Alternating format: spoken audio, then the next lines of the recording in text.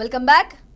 ఇక సినీ నటుడు జనసేన కీలక నేత కొణిదెల నాగబాబు రాజ్యసభకు వెళ్లేందుకు లైన్ క్లియర్ అయినట్లు తెలుస్తోంది. ఢిల్లీ పర్యటనలో ఉన్న AP deputy CM Pawan Kalyan BJP పెద్దలతో జనసేన రాజ్యసభ సీట్పై చర్చించినట్లు సమాచారం. ఖాళీ అయిన రాజ్యసభ స్థానాల్లో ఒకటి జనసేనకు కేటాయించాలని కోరినట్లు టాక్ నడుస్తోంది. అందుకు బీజేపీ అధిష్టానం సుముఖత వ్యక్తం చేసినట్లు తెలుస్తోంది. మరోవైపు నాగబాబుకు రాజ్యసభ సీట్ ఇవ్వాలని హరిరామ జోగయ్య సీఎం చంద్రబాబుకు లేఖ రాశారు. ఏపీలో 3 వైసీపీ రాజ్యసభ సభ్యుల రాజీనామా చేశారు. ఖాళీ అయిన స్థానాలకు ఉప ఎన్నిక నోటిఫికేషన్ను ఎలక్షన్ కమిషన్ జారీ చేసింది. పూర్తి డీటెయిల్స్ మా కరెస్పాండెంట్ ధనుంజయ్ అందిస్తారు. సో దానికి సంబంధించి మరిన్ని అప్డేట్స్ చెప్పండి. ఎందుకంటే అప్పట్లో మనం చూసాం నాగబాబు ఆయన సీట్ ని త్యాగం చేశారనే చెప్పాలి బీజేపీ కోసం. సో మరి ఇప్పుడు ఖచ్చితంగా రాజ్యసభ ఎంపీ స్థానం వరిస్తుంది అంటున్నారు. ఏంటి డీటెయిల్స్ ఏమిటి?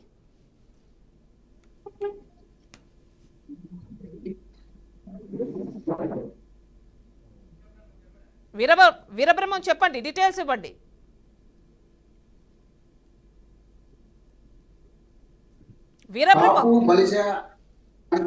కాపు బలిజ సంక్షేమ సేన అధ్యక్షుడైనటువంటి శైలం హరిరామ జోగయ్య ఈ రోజు జనసేన అధ్యక్షుడు పవన్ కళ్యాణ్ కి, అదేవిధంగా నారా చంద్రబాబు నాయుడు ఆంధ్రప్రదేశ్ ముఖ్యమంత్రి నారా చంద్రబాబు నాయుడు కూడా లేఖ రాయడం జరిగింది.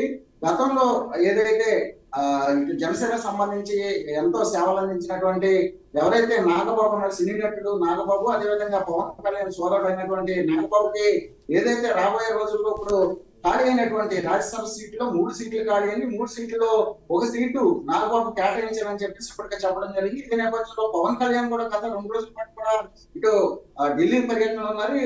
ఢిల్లీ పర్యటనలో భాగంగా కూడా ఆయన ఇటు ప్రధానమంత్రి కావచ్చు, లేకపోతే అమిత్ షా, అదేవిధంగా అక్కడ ఉన్నటువంటి బీజేపీ అగ్రనేతలు అందరూ కూడా కలవడం జరిగింది. ఏదైతే శాఖండి హరిరామ జోగయ్య అయితే గతంలో కూడా పలుమార్లు సుమారుగా 10 సంఖ్యలో ఉత్తర ప్రత్యుత్తరాలు చేసినటువంటి పరిస్థితి. గతంలో కూడా 2024 ఎన్నికల ముందు కూడా ఆయన జనసేన పార్టీకి సంబంధించి కూడా అనేక సలహాలు సూచనలు, అదేవిధంగా ఎన్ని సీట్లు తీసుకోవాలి, లేకపోతే ఒంటరిగా పోటీ చేయాలా, లేకపోతే పవన్ కళ్యాణ్కి సంబంధించి అంటే కాపు సంఘానికి నాయకుడిగా ఉన్నటువంటి హరిరామ జోగయ్య ఇటు తూర్పు పశ్చిమ గోదావరి జిల్లాకు సంబంధించి చూసుకున్నట్లయితే ఎక్కువ సామాజిక వర్గం, ఇటు కాపు సామాజిక వర్గం అత్యధిక శాతం ఉంటారు. అదేవిధంగా బలిజ సంబంధించి కమ్యూనిటీ చూసినట్లయితే రాయలసీమలో ఉంటారు.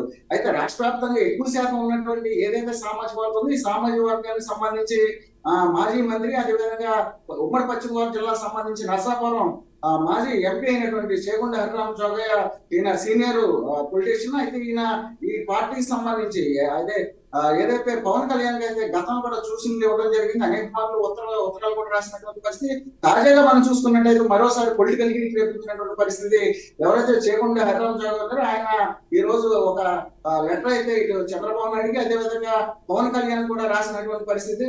రాబోయేటువంటి ఏదైతే 3 రాజ్యసభ సీట్లు ఉంటాయో ఆ సీట్లో గతంలో ఎన్నికల ముందు ఇటు ఎన్డీఏ కూటమికి సంబంధించి ఎవరు షేర్ ఎంత అనే దాని మీద కూడా ఒక క్లారిటీ గతంలోనే ఇటు పవన్ కళ్యాణ్ ఇచ్చారు.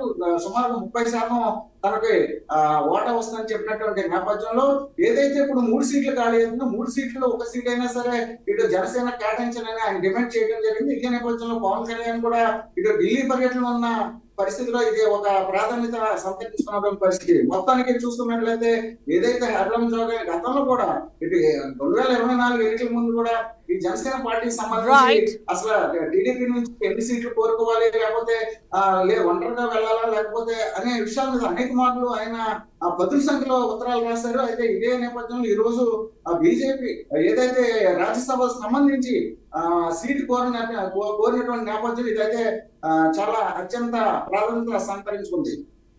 Right Veerabrahmam, thank you.